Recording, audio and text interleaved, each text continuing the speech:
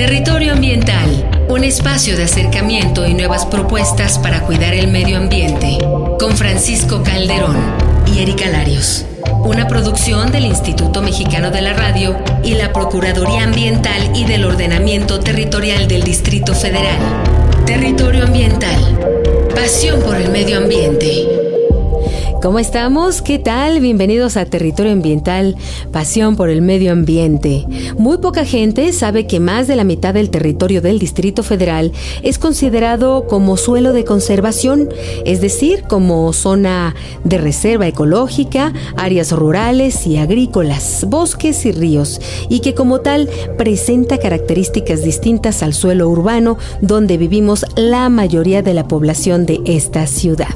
De esto vamos a hablar en esta ocasión aquí en Territorio Ambiental con una excelente entrevista. Título: Suelo de Conservación. Me llamo Bonnie Perete, bienvenidos, y para hablarnos sobre la importancia que tiene este territorio rural para todos los que habitamos la Ciudad de México, se encuentra con nosotros Gustavo Cabrera Rodríguez, director general de Recursos Naturales de la Secretaría del Medio Ambiente del Gobierno del Distrito Federal. Gracias, bienvenido a Paco Calderón, Erika Larios. Adelante. Muchas gracias, Bonnie Perete. Nuestro invitado del día de hoy, Gustavo Alonso Cabrera Rodríguez, cursó la licenciatura en Antropología Social en la Escuela Nacional de Antropología e Historia. Tiene estudios de posgrado en el Instituto Nacional de Administración Pública y la especialización en Impuestos a la Propiedad e Incorporación de Suelo Social al Desarrollo Urbano, impartido por el Lincoln Institute of Land Policy en Boston, Massachusetts.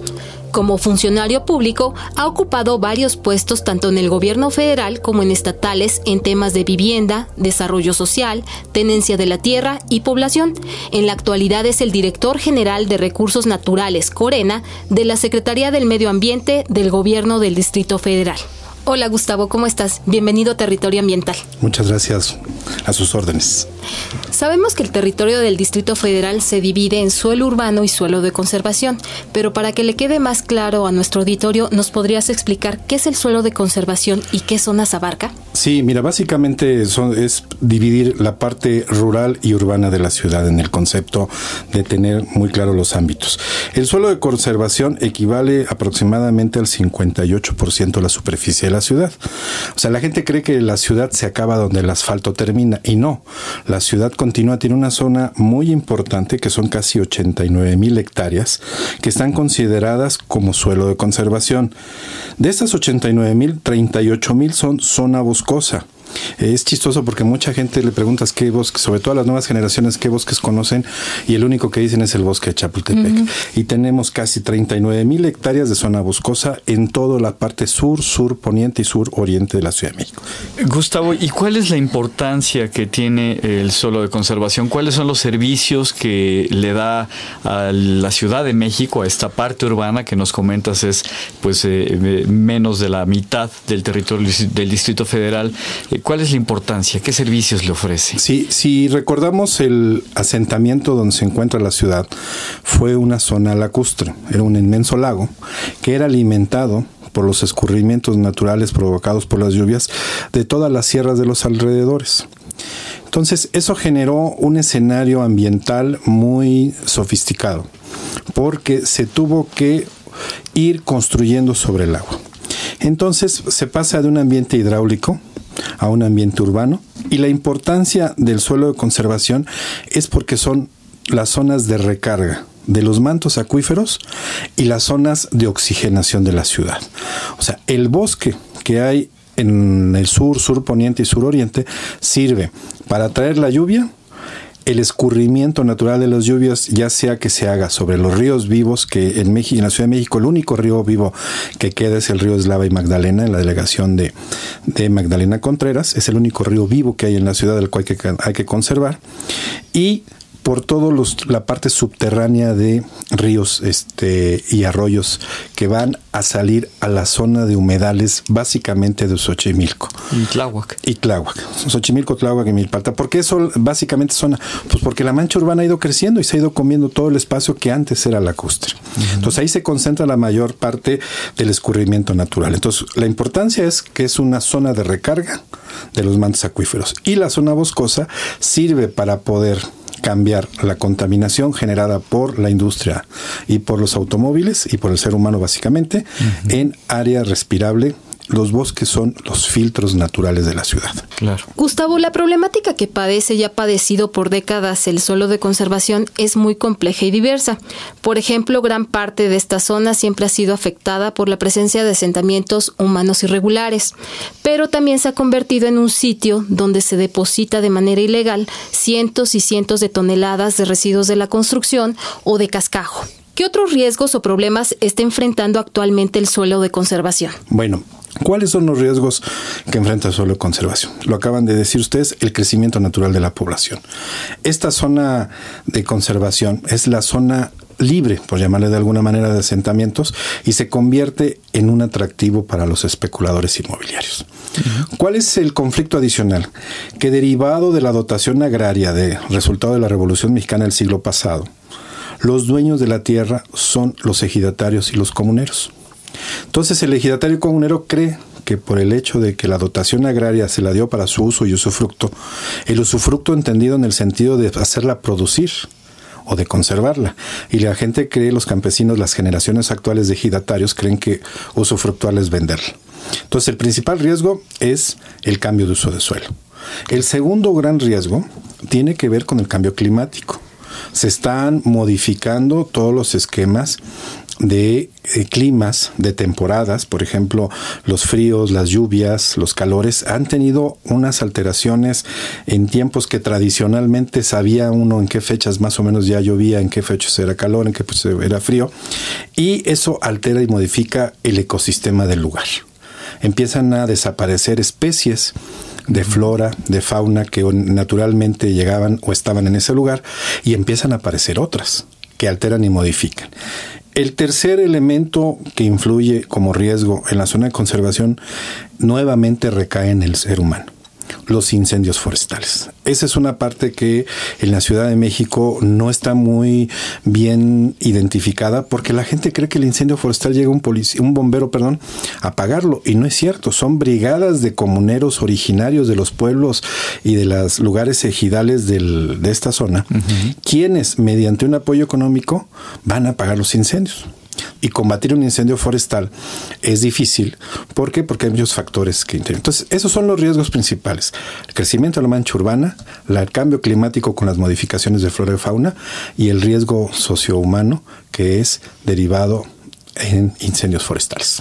Gustavo, y en consideración de todo lo que nos comentas, ¿qué consecuencias se presentarían de continuar el descuido y la pérdida del suelo de conservación del Distrito Federal?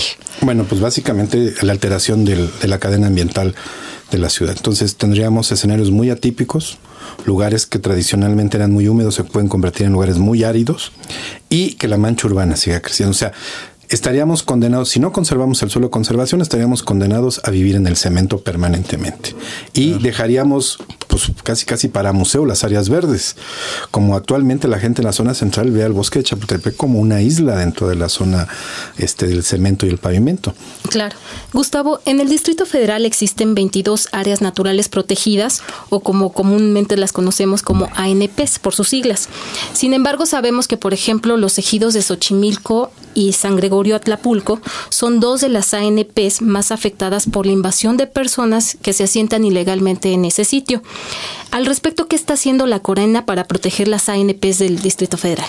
Bueno, en efecto tenemos una cantidad importante de áreas naturales protegidas declaradas, que ese es el marco legal para poder tener una actuación y poder controlar, sancionar a quien incurra en situaciones irregulares y poder dar un sostenimiento a la zona. Cuando me refiero a sostenimiento, me refiero literalmente a sostener.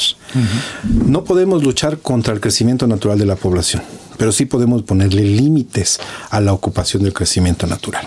No podemos decirle a la gente que no tenga familia, pero sí podemos decirle que sus terrenos no son para lotificar y entregar a su familia. Entonces, ¿qué es lo que tenemos que hacer y lo que estamos haciendo?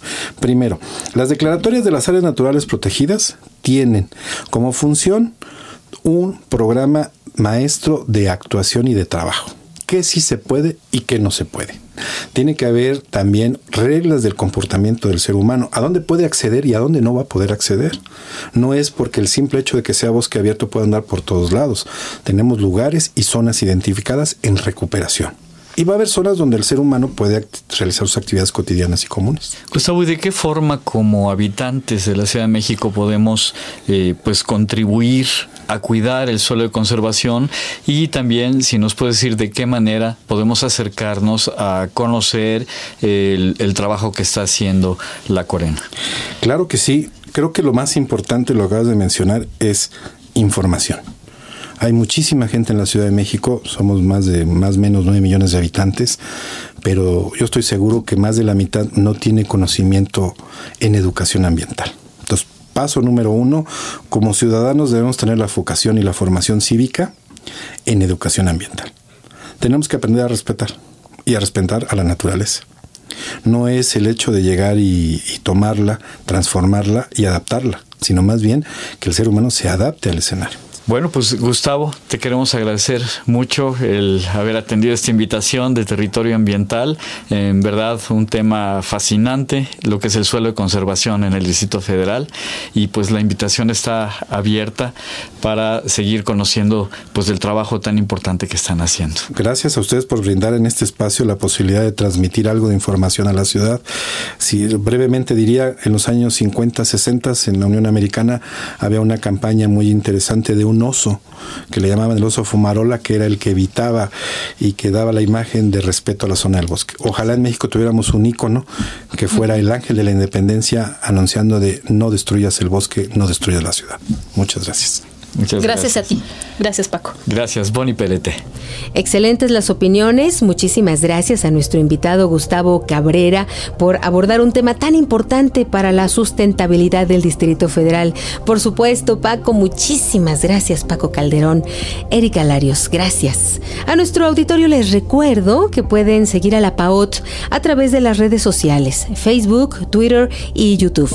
También tenemos nuestro sitio de internet www.paot.mx. Lo invitamos a que se acerque vía telefónica al siguiente teléfono 52 65 07 80 o en las oficinas ubicadas en Medellín 202, Colonia Roma, Delegación Cuauhtémoc. Esto está entre la calle de Chiapas y Tapachula. Ya nos vamos, los esperamos en la próxima emisión de Territorio Ambiental, Pasión por el Medio Ambiente. Soy Boni Perete, hasta la próxima.